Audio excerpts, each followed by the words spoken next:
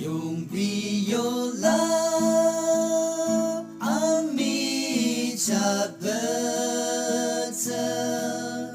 Ate inasa mailiro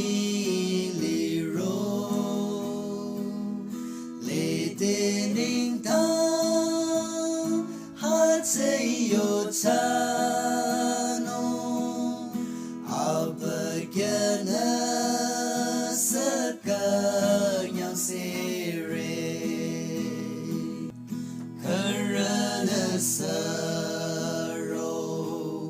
anamulam long Karana saro hatatang yang janong Ara alang langkalap ngesa Abagana ima pitare Romang katu chonu vilai Lasi makyasham lam ting lide Ima ilan lambi salaro Ichakyari ba ikichocho Karana saro anamulam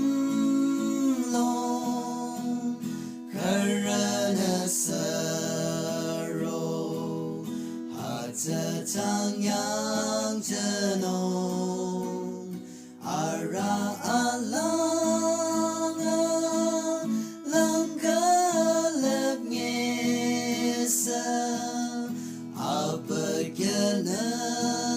ima pitare Marap manu kina Yungpi kyo Isulam laka taatachi Onasaro kita nong makuchi Asapekam china karino Karana saro anamulam long Karana saro hatatang yang janong Ara alang